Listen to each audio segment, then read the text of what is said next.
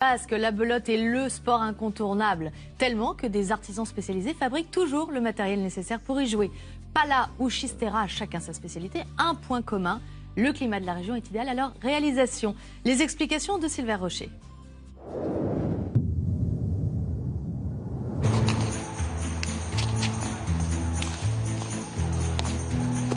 Vous l'aurez certainement deviné, nous sommes en plein cœur du Pays Basque, plus exactement à Bayonne. Les beaux jours sont de retour et les jeunes pousses du club de pelote basque peuvent de nouveau s'entraîner à l'air libre. Ici, c'est un fronton. On joue dehors. Évidemment, la météo a son importance. Il faut en avoir dans le bras, dans les épaules. Il faut pousser avec les jambes. Si on n'a pas d'appui et qu'il pleut, on ne peut pas trop jouer. S'il y a beaucoup de vent, pour jouer de volley aussi, sans rebond, c'est très difficile.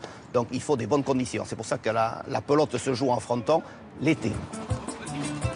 Quand on parle de pelote basque, il vaut mieux parler des pelotes basques. Il y a beaucoup de spécialités parce que ça dépend. Les instruments avec lesquels on joue, que ce soit la main nue, la pala, la chistera. La pala, une raquette en bois massif, ou la chistera est sa forme caractéristique. Des objets traditionnels, résultat d'un savoir-faire ancestral et bien local. Aujourd'hui, nous partons à la rencontre des derniers fabricants de la région. Ce sont tous d'anciens joueurs et pour eux, c'est plus qu'un travail, c'est une véritable passion.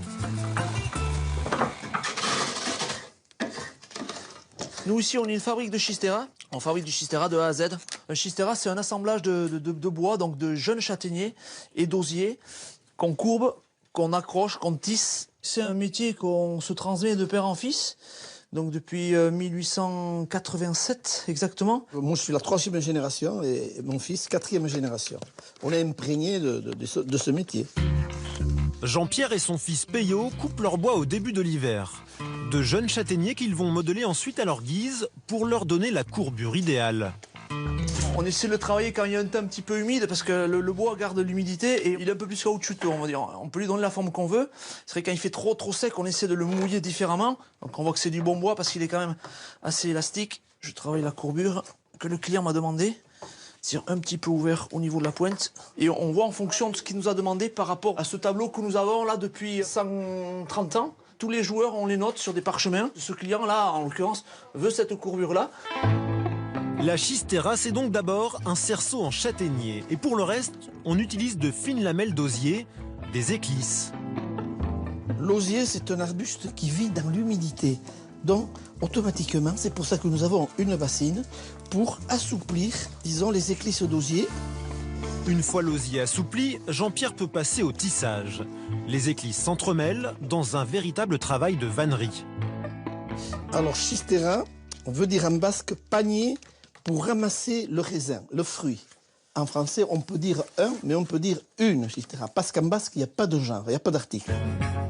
Petit à petit, là où le chistera prend forme. En tout, pour chaque modèle, il faut compter plus d'une vingtaine d'heures de travail. Après le tissage, place à l'élaboration du gant qui servira à tenir ce drôle d'instrument. Peyo découpe le cuir avant de le coudre grâce à cette machine qui était là bien avant lui. Ça c'est une machine qui a plus de 100 ans et qui fonctionne tous les jours un petit peu et qui n'est jamais tombée en panne.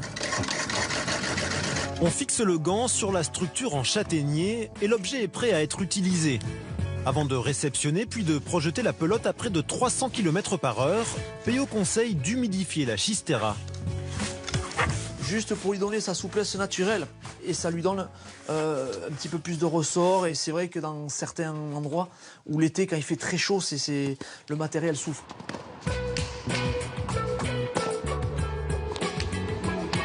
Au Pays Basque, tout le monde s'accorde sur un point. Pour maîtriser la chistera, il faut commencer tout petit. La pala, elle, est plus facile à prendre en main pour les débutants. Une raquette en bois, plus ou moins épaisse. Ici, chacun s'y est un jour essayé. Disons qu'on joue à la pala comme on joue à la pétanque à Marseille. Donc on y joue depuis tout petit. Après l'école, en fin de soirée ou en week-end. La pala a toujours été un accessoire de jeu. Salut Alain. Salut Valentin. Ça va? Bon, en forme? Ouais. En forme pour dimanche? Ça va. T'as préparé paletta? Tiens, ces 2 paletas, regarde. Attends de bien les regarder. À retoucher, sûrement. On va retoucher un peu, mais c'est toi qui m'as dit. Elles sont bien. Les meilleurs joueurs du monde viennent se servir chez Alain. Dans son atelier, il fabrique des milliers de palas chaque année et il utilise un bois qui pousse dans la région. Alors ça c'est du platane essentiellement, donc c'est un mode intérieur, donc il est protégé sous abri en permanence. Le vent c'est notre allié, le vent on le sèche, on évite le froid et l'humidité bien sûr. On ne travaillera sous bois que quand il sera sec. Après avoir dessiné les palas sur ces grandes planches, Alain les découpe à la scie. On affine ensuite la forme à l'aide d'un gabarit. Donc ces palas calibrés vont être maintenant collés, renforcés, parce que le platane ou le hêtre seul ne suffira pas à la résistance de la pala. Donc on procède comme un contreplaqué, on va donc renforcer le massif. Alain enduit ses palas avec de la colle avant d'y apposer ses feuilles de bois très fines chargées de renforcer la raquette pour mieux supporter les impacts de la pelote. On place le tout sous ses lourdes presses en espérant que le beau temps soit au rendez-vous, car le bois pourrait travailler sous l'effet du froid ou de l'humidité. Le climat n'est pas très froid, donc ça c'est une bonne nouvelle. Pas beaucoup de froid, donc on n'a pas beaucoup de période de fragilité pour le bois. Donc là, le temps de pressage va être lié à la température de saison. Là, le temps est doux aujourd'hui, donc on va être quand même sur un temps de pressage plus court.